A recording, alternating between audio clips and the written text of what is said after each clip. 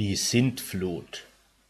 Berühmte Pelzer gibt's e Mass, denn unser Rass is erster Klass.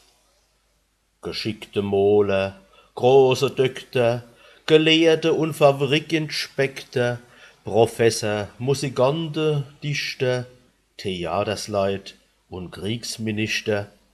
Wann ich von so nem Mann als les, wo's so gelehrte Sache weiß, dann sag ich als: eins is gewiss, dass seller Mann ein Pelzer is. Und s stimmt auch mehrstens uf de Knopf, denn Pelzerleut sind hell im Kopf. De Noah, ich bin gut davor, war auch in unsere Palz geboren, weil er so schlau war und gescheit, grad wie die Pelzerleut noch heut.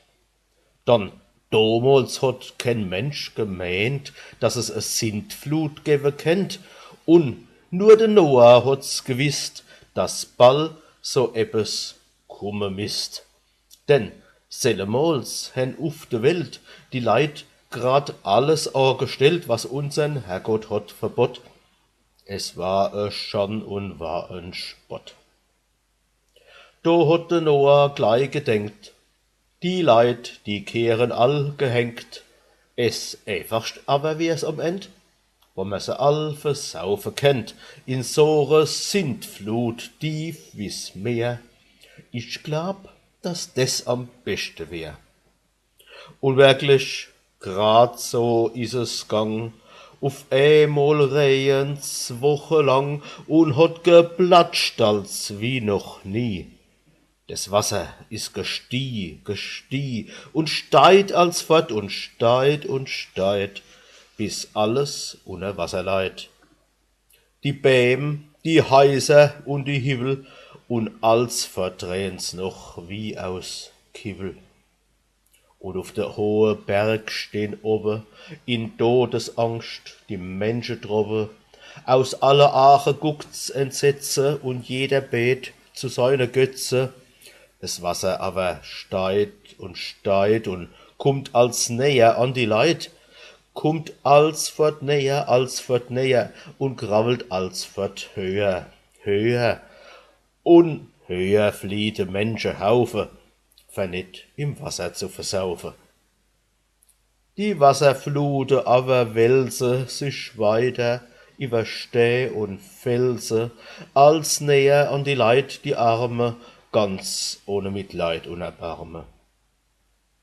Am höchsten Gippel, eng gedrängt, da stehen se, kunterbunt gemengt, aus ihrer Ache hohl und leer, da glotzt und stiert der Wahnsinn her. Sie beten nimmi näh, sie brillen, der Rehe und die Flut zu stille, und flehen blutig sich die Händ, doch als fort näher kommt ihr End, da krabbelt er ruf und droht von alle Seite her der Tod.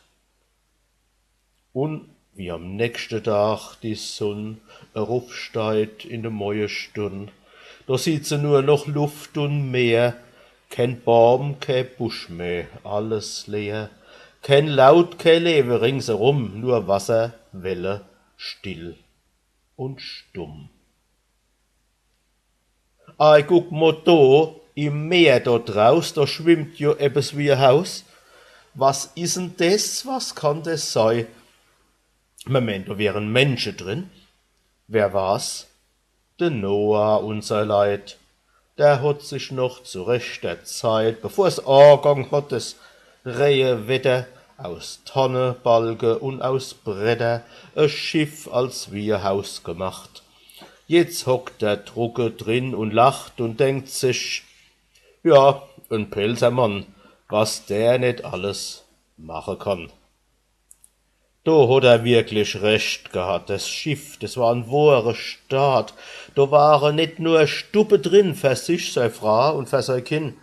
Er hat auch für sein Viechzeug all neu gebaut, ein extra Stall.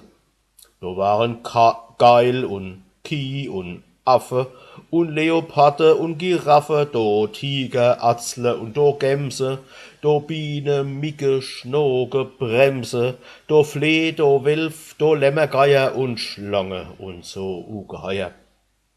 Das war a fürchterlich Gezappel, Johle, Gauze und Gekrabbel, das hat geflatschert und gewusselt, dass mir's als heut noch arisch grusselt.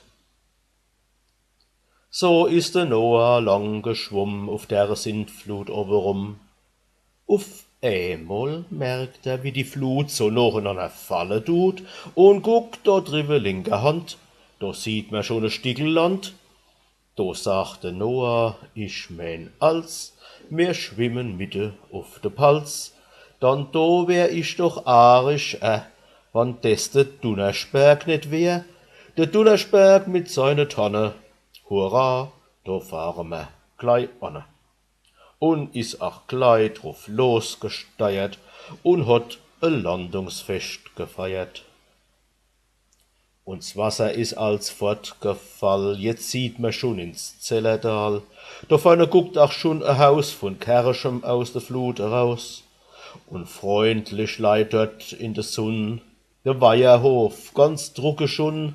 In der Realanstalt wird bald schon wieder Unterricht gehall. Na, kurz und gut, es dauert noch so ungefähr a gute Woch, da ist der Noah frisch und munter mit seiner Leid de Berg runter. Und was dann noch hat getrieb, is in der Heilig Schrift beschrieb.